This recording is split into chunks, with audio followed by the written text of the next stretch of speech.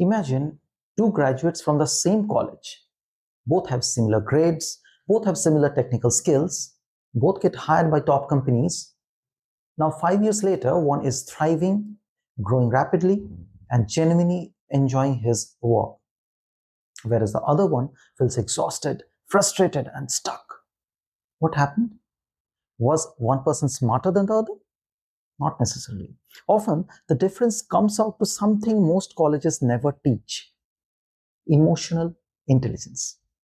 In a world obsessed with IQ, degrees, and technical skills, many people overlook a powerful truth. The best career for you is not always the one that matches your intelligence. It is often the one that matches your emotional intelligence. So today we will explore how students, freshers, and young professionals can use emotional intelligence, or EQ, to make smarter career choices, avoid costly mistakes, and build a fulfilling professional life. So stay till the end, because I'll share with you simple self-assessment framework that can help you identify career paths naturally aligned with your emotional strengths.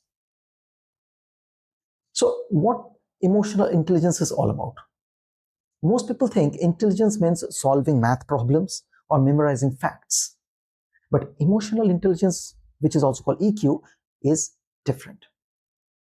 It is your ability to understand your emotions, handle stress, deal with people, stay calm under pressure, communicate effectively, make emotionally balanced decisions, and understand the emotions of others.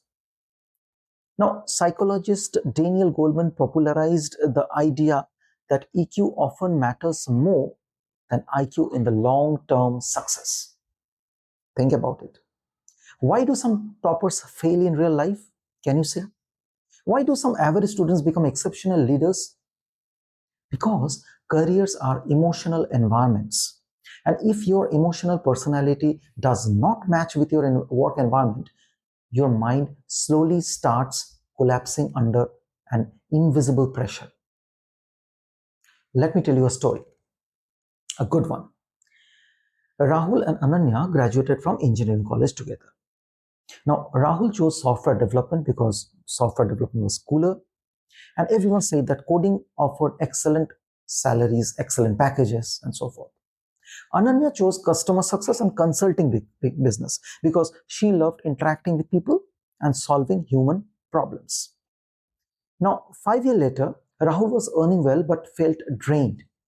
Ananya, on the other hand, had become a team leader because her communication skills, empathy, and relationship building abilities helped her excel.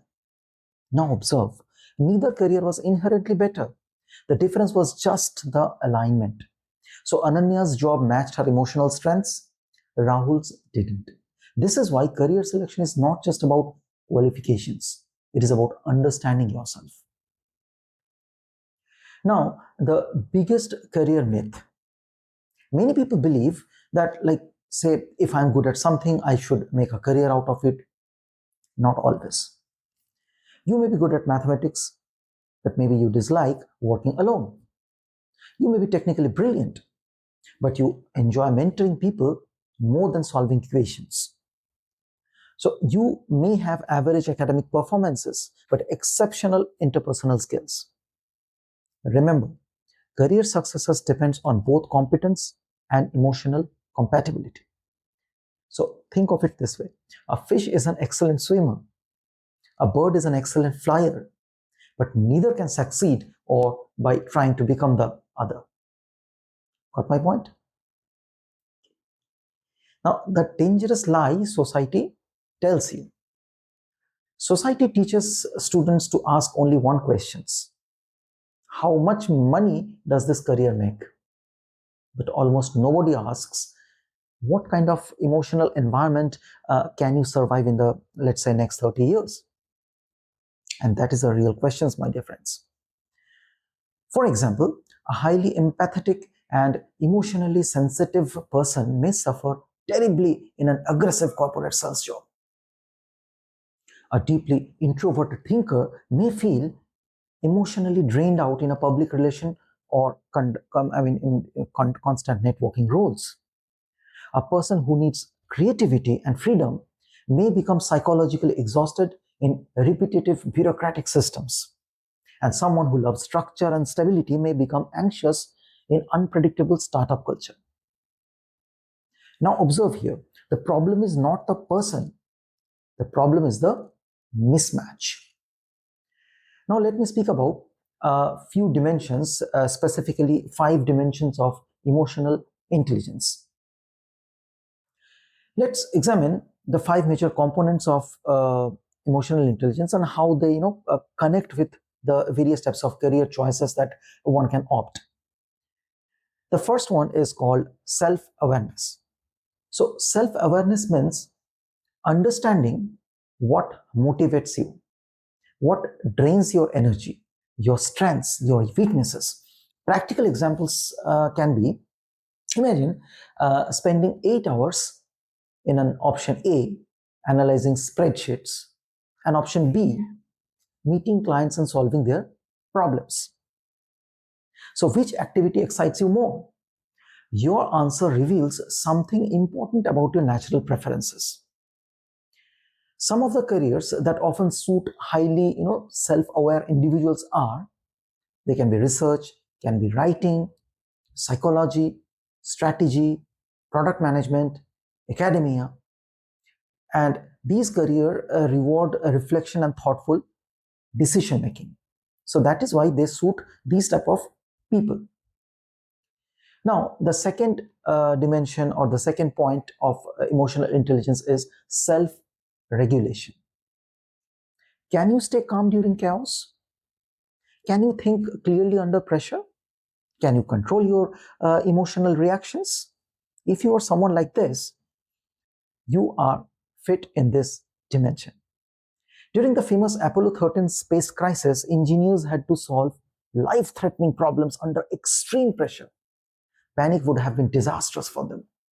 Now, many professionals require similar emotional discipline. Some of the careers that value self-regulation can be finance, can be law, can be project managements, can be aviations, can be operations, it can be entrepreneurships, and so forth.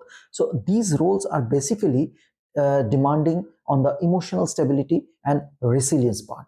So that's why they are very important as far as this dimension is concerned. Now the third dimension, it is called empathy.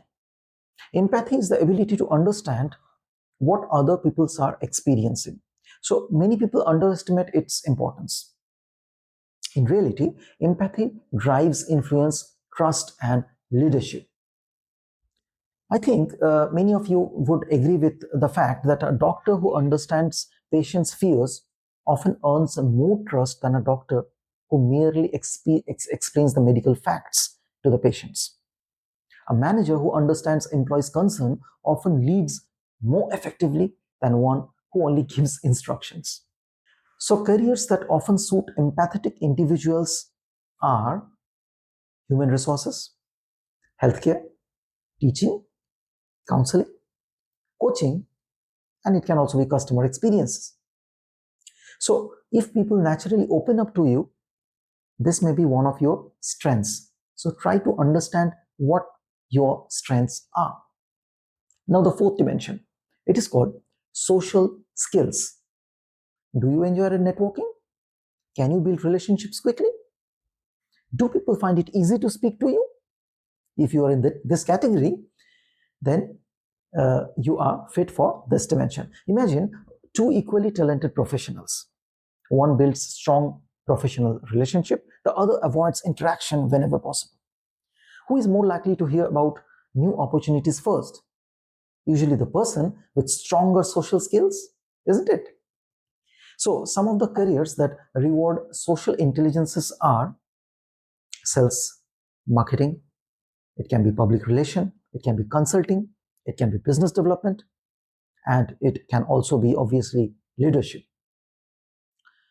So if you are someone like this, having these type of skills, so these career choices may suit for you.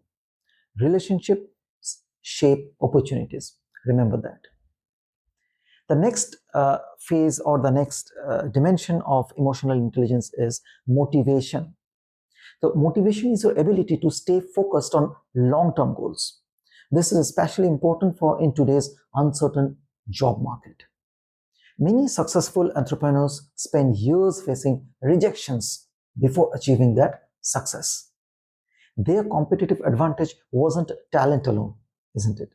It was persistent. Careers that often suit highly motivated individuals can be entrepreneurship, research, startups, innovative roles, creative industries, and competitive corporate careers. Now, how students can use EQ to choose careers? If you're a student, ask yourself these questions. Question number 1, what activities makes me lose track of time? Question 2, what type of problems do I enjoy solving?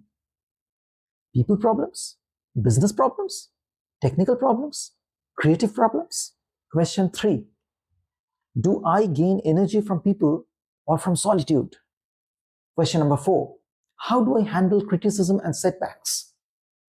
Your answers reveal emotional patterns that can guide your career decisions or career choices. A simple EQ career mapping exercise. Let's start it. Take a notebook. Rate yourself in 1 to 10, in a scale of 1 to 10, on self-awareness, self-regulation, empathy, social skills, and motivations, the 5 dimensions I was speaking about. Next, identify your top 2 scores. Let's say for a combination 1, high energy plus high social skills. People having these type of having high score in these 2 combinations can have possible career choices like HR, consulting, customer success, public relations, and of course teaching. Now let's say a combination number 2, people having high rating in the scale of self-awareness and high motivation. So possible careers for these type of people can be research, writing, product design, entrepreneurship. Now combination number 3, high self-regulation plus high on motivation. For students or for professionals scoring high in these scales, possible career choices could be finance, operations, consulting, careers like project management, and so forth. Combination number 4, highs in social skills and high in motivation, both high. So possible careers are sales, marketing, business development, and leadership tracks in very dynamic working environments. Remember, this exercise does not choose your career for you. It helps you identify environments where you can thrive. Now, common career mistakes to avoid. Mistake number 1, following trends blindly. Every generation has its hot careers. For my generation, it probably was biotechnology. Today, for you guys, it might be AI. Tomorrow, it might be something else. But never choose a career solely because it is popular. Mistake number 2, chasing salary alone. Money matters, but long-term satisfaction requires alignment. A high-paying role that constantly drains your energy can become emotionally expensive in the long run. So be careful. Mistake number 3, ignoring your personality. Many people spend years trying to fit into careers that contradict their natural strengths. Success becomes easier when your work complements who you are. So take this thing in a very serious note. Do you know what employers really want? According to many leadership studies, technical skills help people get hired, and emotional intelligence often determines who gets promoted. Leadership expert Stephen R. Covey wrote in the 7 Habits of Highly Effective People, seek first to understand, then to be understood. That single habit can transform careers. So here is the final message, my dear friends. Before choosing a career, don't ask only what job pays most. Ask what environment suits me. What kind of people do I enjoy working with? What emotional strengths come naturally to me? Where can I contribute while remaining authentic? The most successful careers are built where four things intersect: your skills, your interests, your emotional intelligence, and market opportunities. Try to find a career that aligns these four quadrants together. So, when these four align, what becomes more than a paycheck? It becomes a source of growth, meaning, and fulfillment. So, friends, if you find this video valuable, hit that like button, subscribe to the channel, and share it with a student, a fresher, or a young professional who is struggling to choose the right career. And tell me in the comments, which emotional intelligence strength is your biggest superpower? Is it empathy? Is it self-awareness? Is it self-regulation, social skills, or motivational? Thanks for watching and see you in the next video.